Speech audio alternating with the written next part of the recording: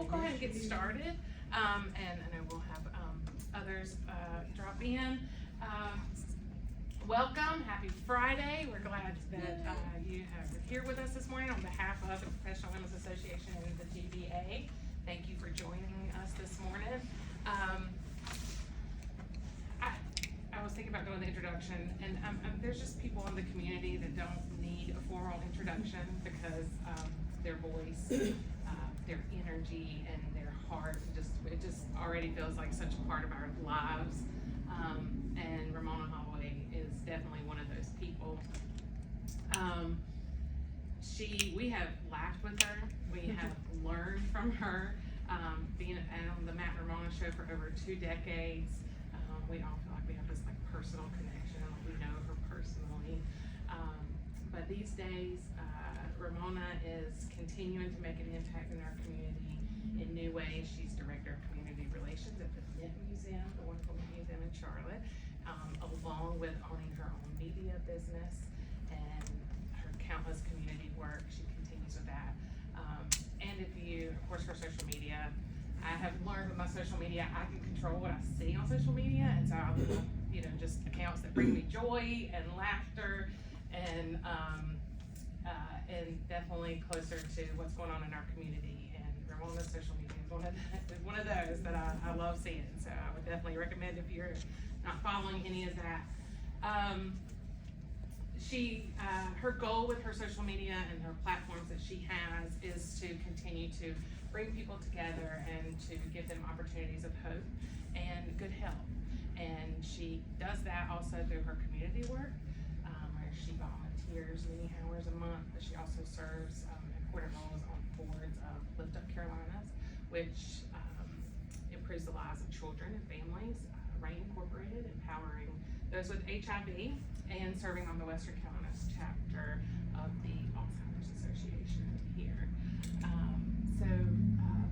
Ramona, you're just one of those people that everything you touch, you make a little brighter, and we're just so grateful and blessed to call you part of our community here. We're gonna claim her here in Gaskin County. But no, she is just, we're just grateful to have you with us today. We are thrilled, and just being an award-winning broadcaster, a storyteller, and a community advocate. Thank you so much for being with us today. Please help me welcome Ramona. Intro didn't make me cut my eyelashes. I got fancy for y'all. I didn't deserve that. Good morning. Good morning. I am just absolutely grateful to be here. So many of you we have run into professionally and personally over the years. And I just have to start out by saying that I am grateful for this community. I'll before I get to the talk, I'll just let you know where I am. I'm the Community Relations Director at the Mint Museum.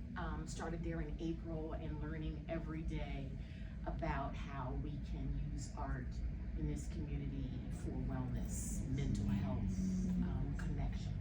Because mental health and connection are the 2 things that I believe heal us personally, and that personal healing just radiates out into our community. Second of all, proud resident of what I call Kramertonia, because I have a Gastonia address, but actually I have all Kramerton city services, and I am the Black Karen of the 1-lane underpass. I am constantly monitoring the activities of others and deciding who is doing it right and who is doing it wrong. That is me. That is me. So you're welcome if there's someone standing outside going, no, it's 1 at a time. They took the 2 at a time sign down. That is me. Well, I'm right there at Town Hall if you ever need. Not that I can do anything, but I'll try. I am a dog mom to 2 rescue poodles, one that tries to run away every single day, and the other who won't let me take a step without him.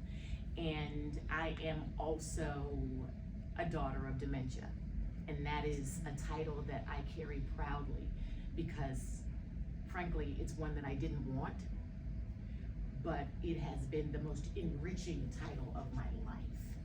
And what I learned from my mom, both by her actions and her reactions before and during our journey with dementia is everything that has sustained me since losing her. So I will start at the beginning with, you know, the woman thing, like what she taught me about being a woman. And really it started as a kid because I was a chubby kid, I had a chubby mom. And what I learned from my mom is the W stands for willpower. Willpower is amazing, but it can't get you everywhere. Because sometimes the will of God, the will of the world is just bigger. But you have your own willpower. Will to do whatever it is you want to do.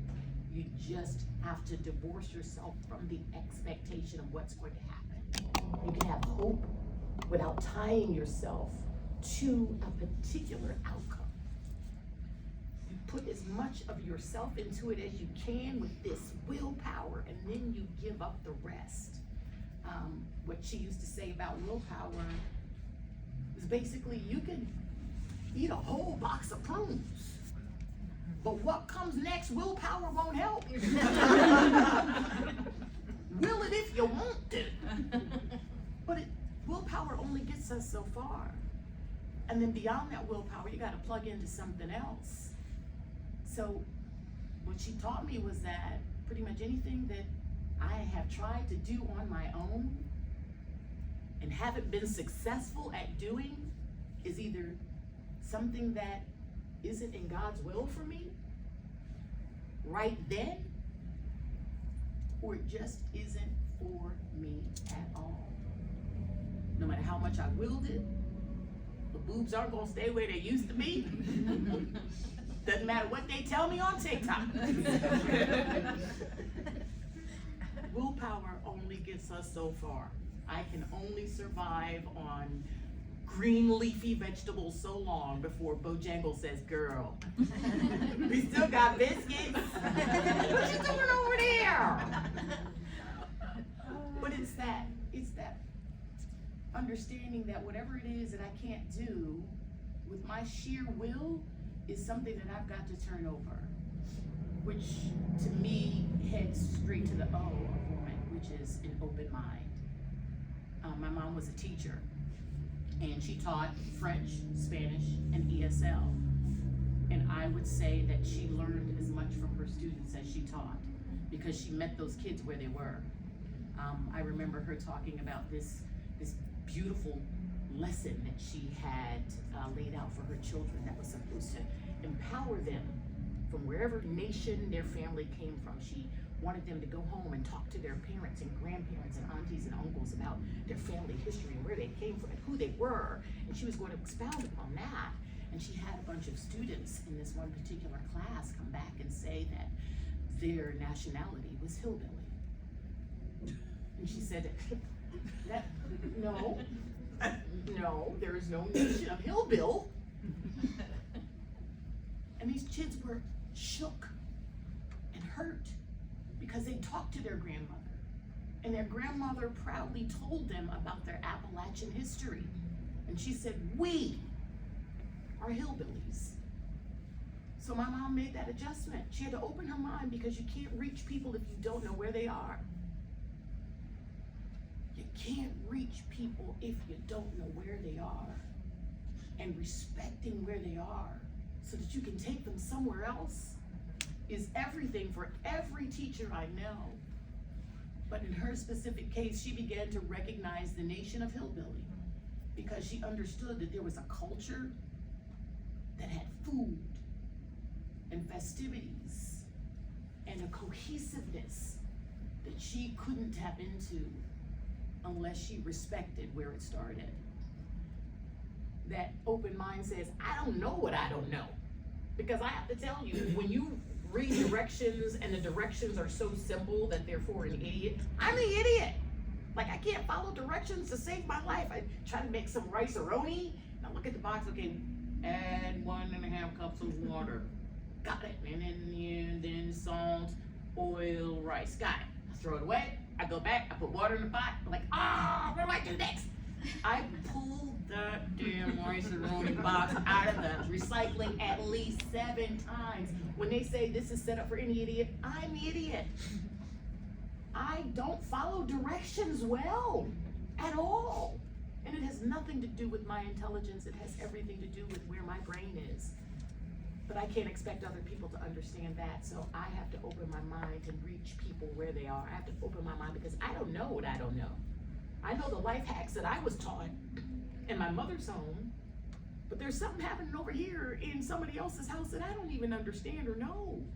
And if I'm so caught up in me that I can't hear whatever else is going on out there, then I'm probably missing a solution that can be important to me and my path. So an open mind says, I'm not, even if I feel like I'm an expert here, I still have an opportunity to listen and open my mind to somebody else's perspective. Because perspective is everything. You know, I have a girlfriend who, our entire life, we met in college and she's been a size 2. And I had to listen to her cry because she is now a size 8. And I just wanted to say, you know I'm a 10 girl. Usually a 12. But she was devastated. And I'm like, oh my God.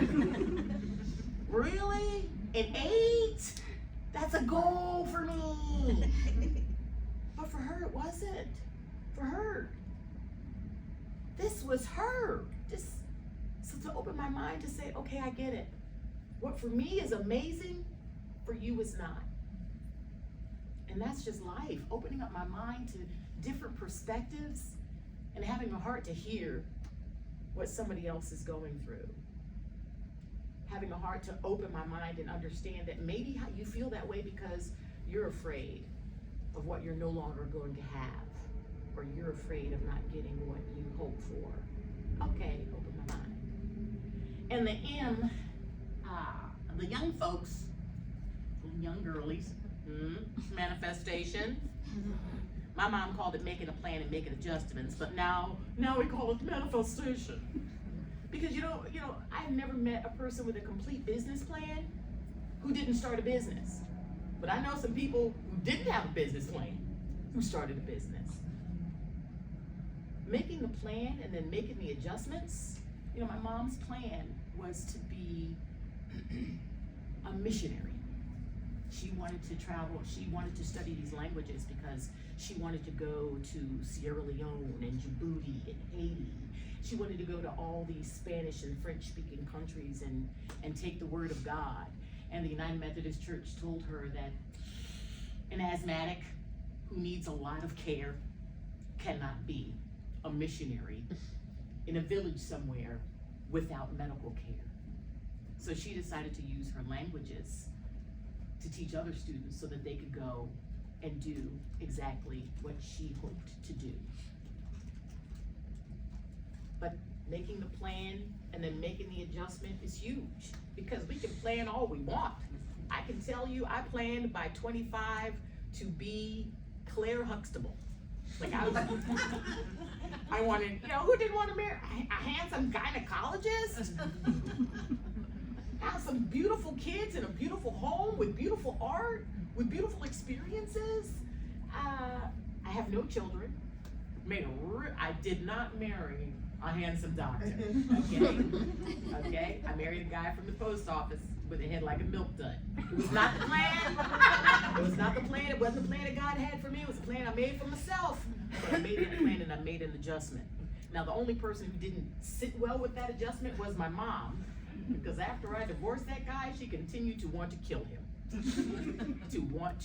She had big plans for what she would do if he showed up at our door. And a lot of it, if you're familiar with, there's an old R&B artist who went gospel. His name is Al Green, Reverend Al Green. It was a big story back in the day that Al Green messed up on his woman and she burned him with a pot of hot grits. My mom loved that story. I'm gonna leave it there. But that M for making a plan and making adjustments is everything. because I did not plan on becoming my mom's caregiver when I did. I moved to Charlotte in 2001. My radio partner and I were recruited from Virginia Beach. We had a successful morning show there, but we were the 18 to 34 people, and I was aging out of that audience. So when Charlotte called and said they wanted us to do an afternoon talk show for women, grown-up women like 25 to 54, it was an amazing opportunity to come here, but definitely wasn't part of my plan. I came here with a husband and realized that I could either take care of him or take care of my mom, and I chose her. 2004, she moved in with me. My mom passed in 2021. That's a whole lot of time to live with your mama as a single woman. But the plan isn't always the way to go. Make the plan, make the adjustment. And the A is action. Take action on it every single day. And sometimes action is just waking up and doing it. Sometimes action is just going through, that's one of the things I don't think like people share with us a lot. Like sometimes the action is just going through the motions because you don't got it for everybody. Every day, all the time. But I show up. Sometimes that's just the action. But the other part of the action is whatever it is that I want to do is going to probably take action every single day. And for me at this point in my life as a 60-year-old woman, the biggest and best thing I want to do is age in a healthy way.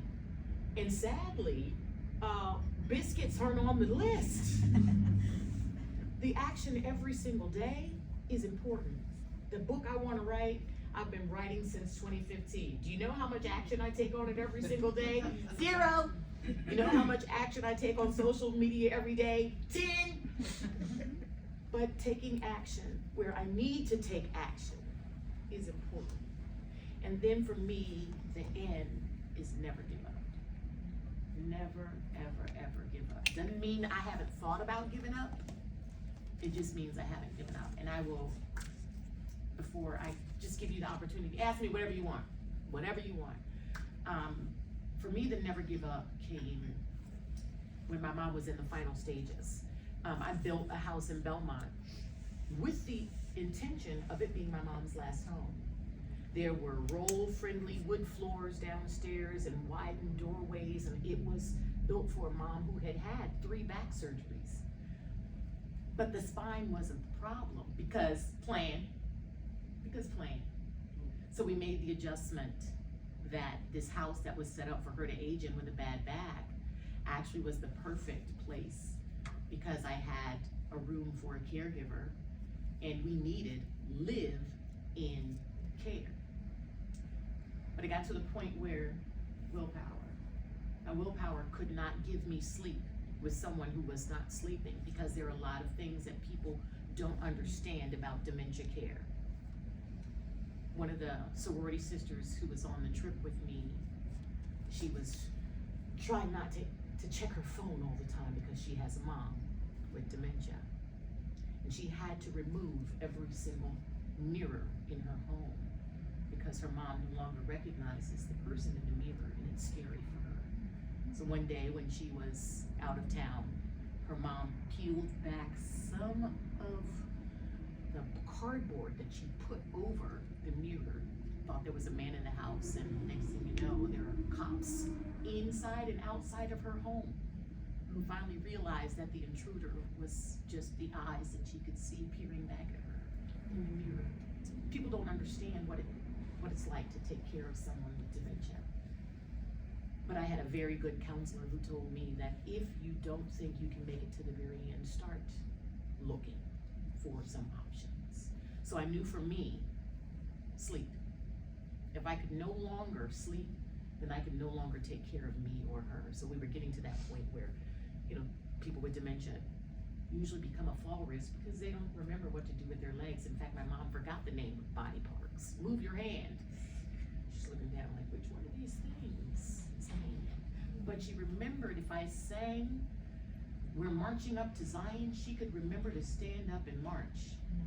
So we marched from the bathroom to the kitchen until we couldn't anymore.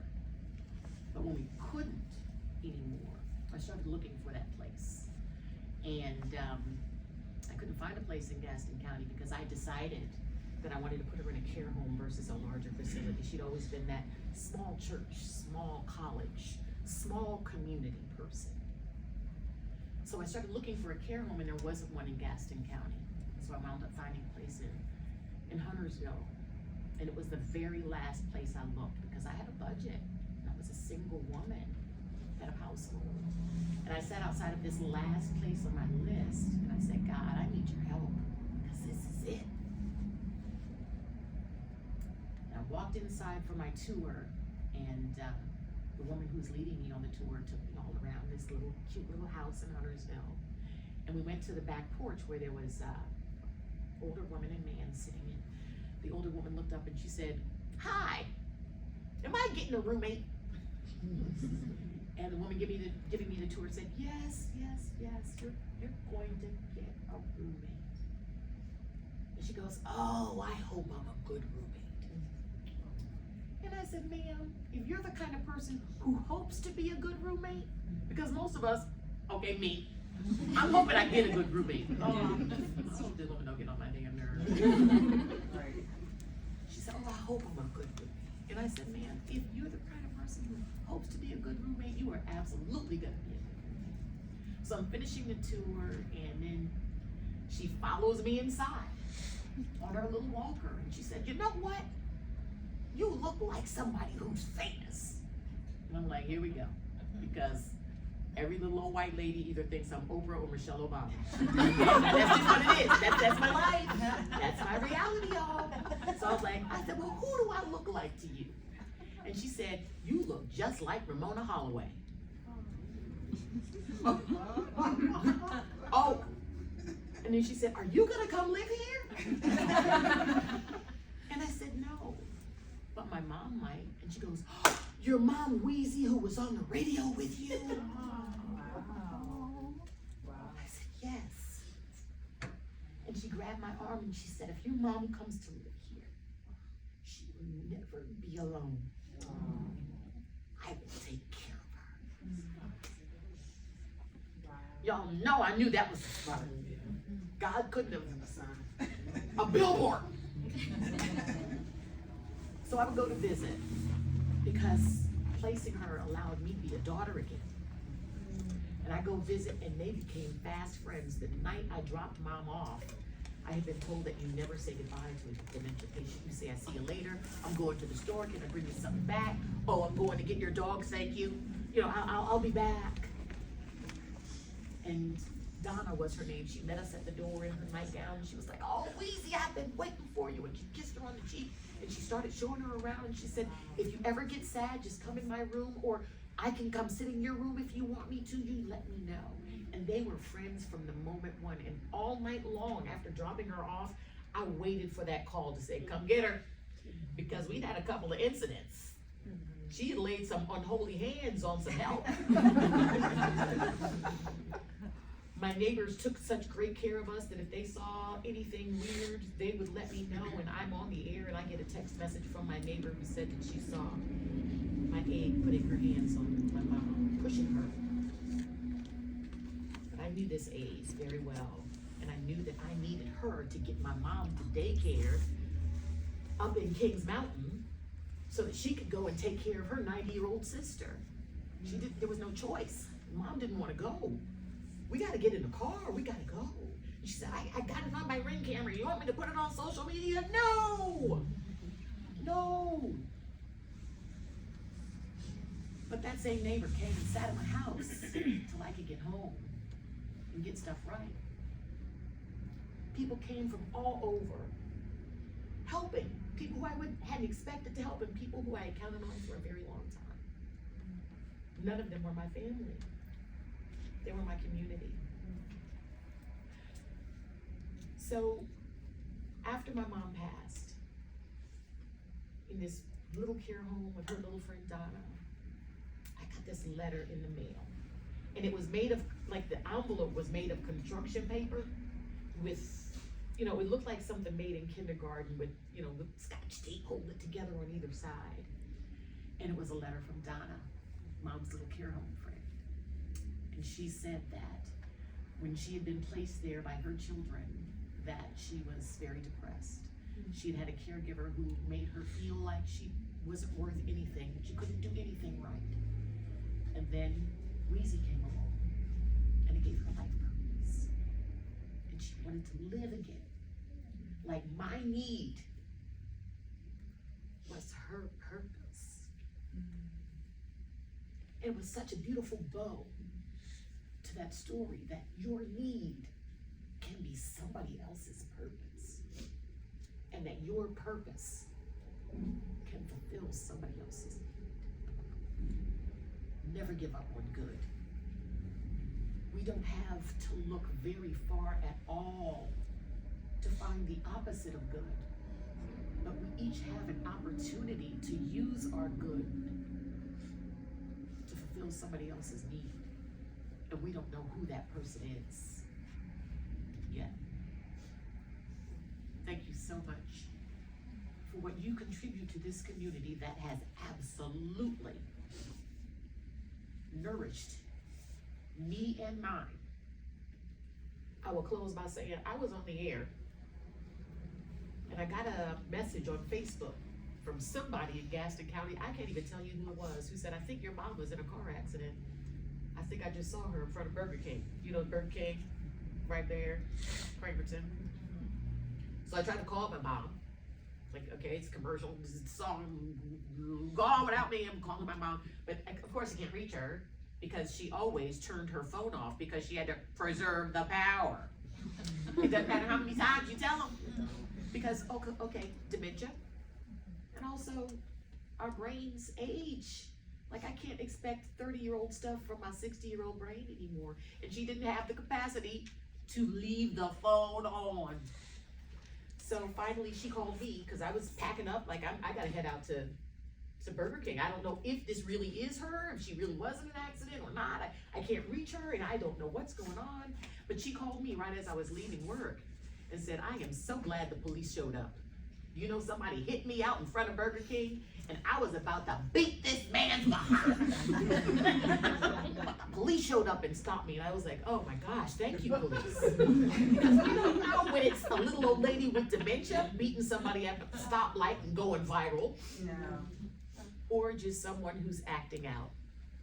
I have absolutely no idea, but my open mind tells me I'm gonna give you some grace because I was the person telling the aide, put mom's purse in the car. She's like Sophia from the Golden Girls. She put her purse in the car, she'll get in the car. The aide, your mom just hit me. Okay, great. Put the little dog in the car. If you put the dog in the car, take her to daycare, bring the dog back, you can go on about your business. Your dog just bit me. Okay, I'm on my way. But those are the kinds of things that happen behind the scene that we don't plan for, but we can get through. And we keep looking for the good. I don't know how much more time I have, but whatever time I have, if you want to ask me any questions, tomorrow is the walk to end ALZ Gaston. I won't be there. I had really planned on having a really good time walking in my caftan because my mom and my aunties love caftans. But I need to be in Ohio tomorrow because my mom's oldest sister passed away. So if there's anything you would love to know, like to know, need to know, how I'm moving in this community is, my plan at this point is to open up my own care home. Construction is getting underway in the next couple of weeks on a little house that I have in Belmont that I'm hoping on turning into a care home. I absolutely do not want to run said care home, but I want it to be a place where someone who has the ability and the care and passion to give people in this community what I had up in Huntersville, because 77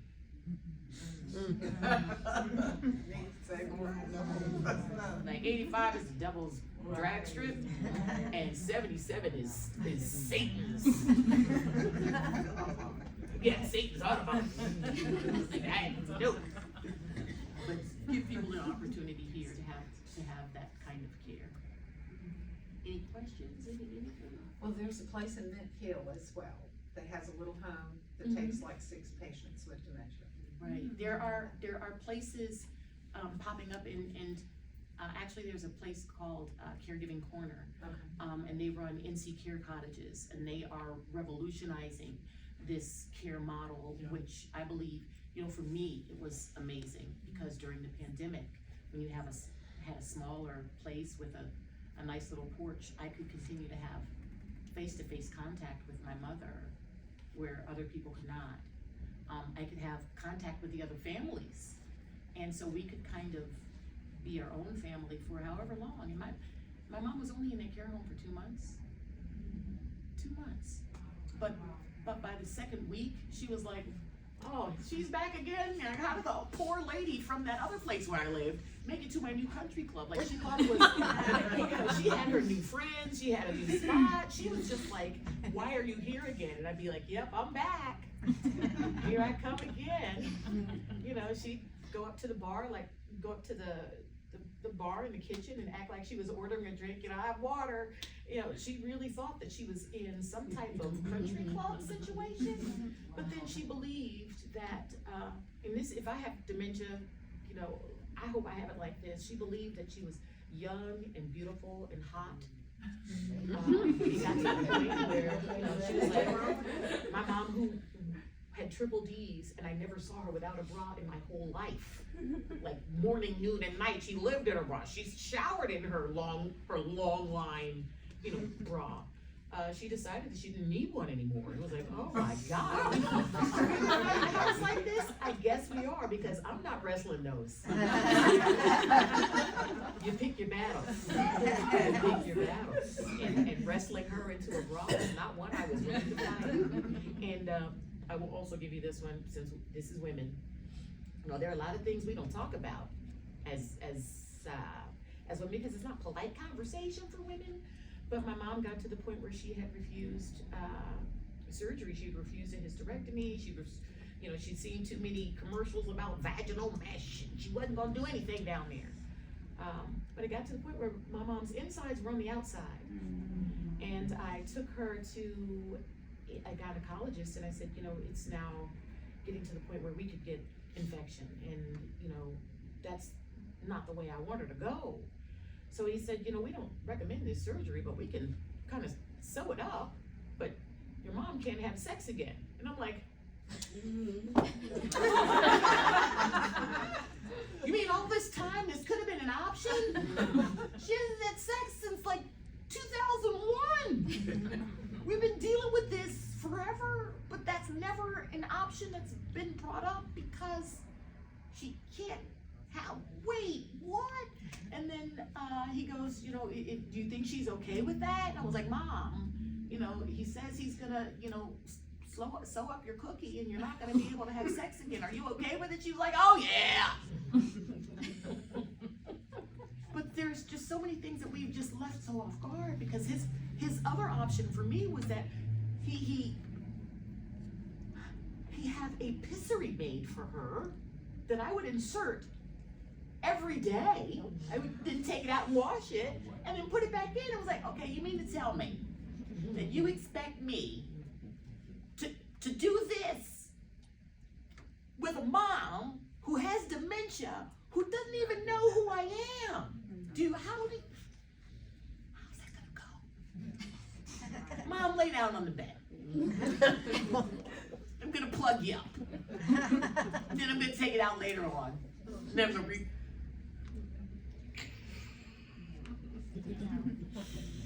There are conversations that we need to have as women. Yeah.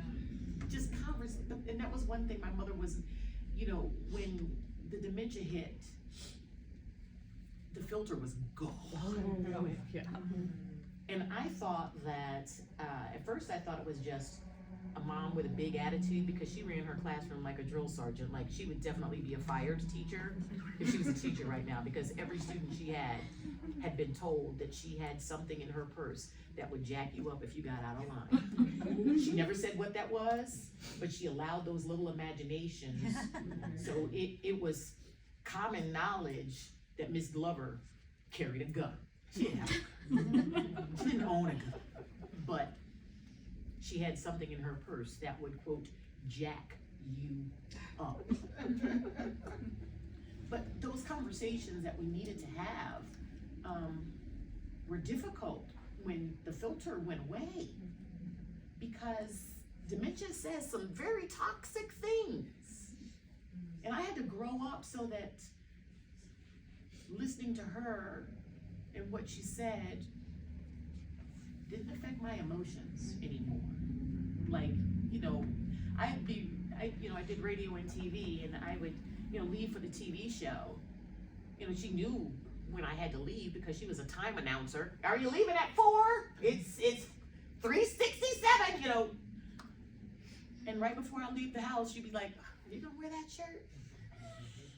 Is that your TV look for today?" Well, yes, it is. Now I'm leaving the house with such confidence. Boy, oh boy, do I feel good about my new hair. Since you said, "Did you comb your hair?" Yes, I did, actually, I did. This is how I want it to look today.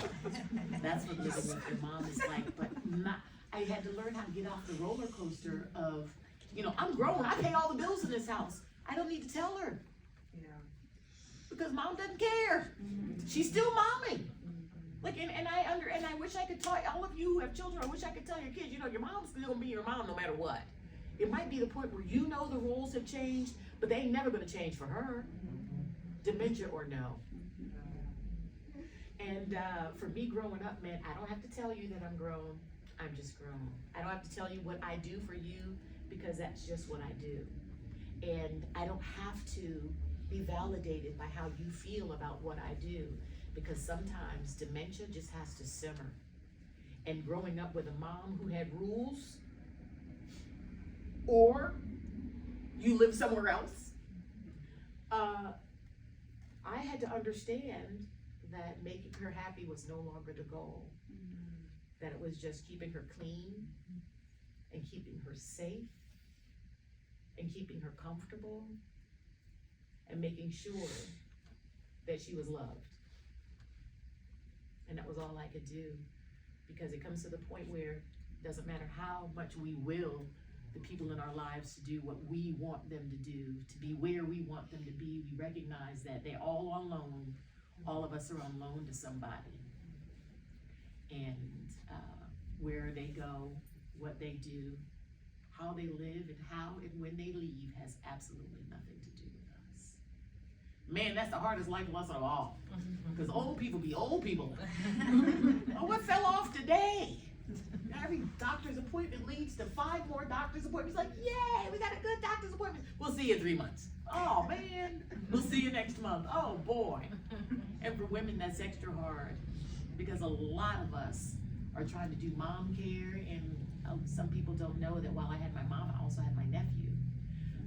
So, your girl was going like this, circling the drain going, "Is everybody okay?" Not understanding when people said self-care, that it went beyond this, Corinda, it goes beyond, like, people say, "Oh, you need to go get yourself a pedicure." And one more person told me to get a pedicure when I needed a damn nap. And I was in a women's prayer group, and I remember our very Proverbs 31 ministry leader giving this beautiful prayer and saying, "Lord, just please hang the sun in the sky for another hour for these busy women to do all that you want them to do." And I was like, "Lord, please don't listen to her." God, Lisa means well. Lisa means well, but I don't need another hour, Lord. I don't need another hour to do stuff. I need more time to do some basic Mona care, like, sleep, just quiet, rest, sharing, connecting with someone who had the ability to have a conversation with me about things that were important to me. I mean, those things are self-care. Bigger self-care than getting my nails done or facial. Or I'm not putting down nails and facials and massages, because pampering is awesome. But pampering for the soul comes for me in the form of connection, comes in the form of service. And at Christmas time, when I was spending time with my oldest auntie, the one who we're burying this weekend, I said, she told me she was very proud of me. And I said, well, what is it that you think I should do next? And she said, I want you to be a servant. Well, darn it, I was really hoping for something sexy, if I'm honest. But that's also what I wake up and try to do, because this woman called me every single day at 6 p.m. because when she couldn't make her art anymore as a textile artist because her hands were too weak for the sewing machine and they were then too shaky for her to sew by hand, she decided that her ministry was every single day she would make 7 phone calls and she would get quiet and ask God to give her the words that would make that person feel better. And then she'd get on the phone and start calling people. Wow. Our phone calls usually last about 2 minutes because she's 100, because she was 100, and she called at 6 p.m. because 6:05 she was going to bed. You know, and if you missed the call, you missed the call. She could call you, you missed the call, you call back 2 seconds later, it's done. Sorry, I'll catch you tomorrow. But that connection is everything. It's everything. And that's what makes us, I think, unforgettable as seniors, as we age. Making time to connect with other people, especially younger people in our community, that does more, I think, for others than we will ever know. Because I know that it's done more for me than I can ever count. I can't count the blessings. So if there are no questions, I'm gonna let y'all just go.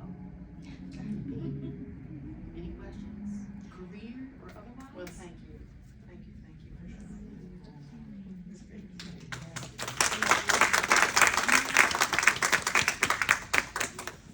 No other questions, we're good? All right, that was great, thank you, Ramona. One thing I love about Ramona, I can say as a woman, is that she's very comfortable in her skin, so to speak. You know, you meet women and they have that grace about them and you can just sit and have coffee and tea for hours. So I appreciate that about you. So comfortable in your skin. So we so appreciate, and Ramona defined for us women today, right? So I'm a note taker. I don't know if you all took notes. So I'm gonna just review the definition of woman that she defined for us so beautifully today. So W meant willpower. O was open mind. M was manifestations, AKA making a plan and making adjustments, right? A was for actions, taking action. And N was never give up. And I like what she said at the end was never give up on good. Never give up on good. So is there any other takeaways? Because we're gonna go ahead and wrap up, take a picture. Ramona does have to exit and start traveling to Ohio. But does anyone have any other takeaways you wanna share? No pressure, no pressure. But I thought that it was great how she defined women. And I will also leave you all with this. I thought this was powerful. She said, your need can be someone else's purpose, and your purpose can be someone else's need. So as we go and be great, right, I think that's a powerful piece to just hold on to and be a token. I might, repost that, because that was powerful. and tag you, yes, that was very powerful. But we want to thank you all for coming. Are there any first time guests that are here? Oh my goodness, I'm sorry, I apologize.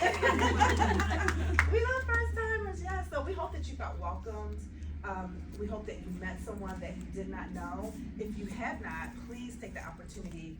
This is what it's about, connection, collaborating, and it's a very intimate space. I always enjoy our breakfast moments and our talks because it's a very intimate time. And we typically always need tissue, so we have it available, so it's great. But thank you all for coming, and myself, who's on PWA committee, along with the other committee members, if you can just wave. Your questions, our fearless leader Jen, yes. So we're here, we're the front and the back, so if you have questions about PWA, please feel free to ask us. We would love to answer any questions that you have.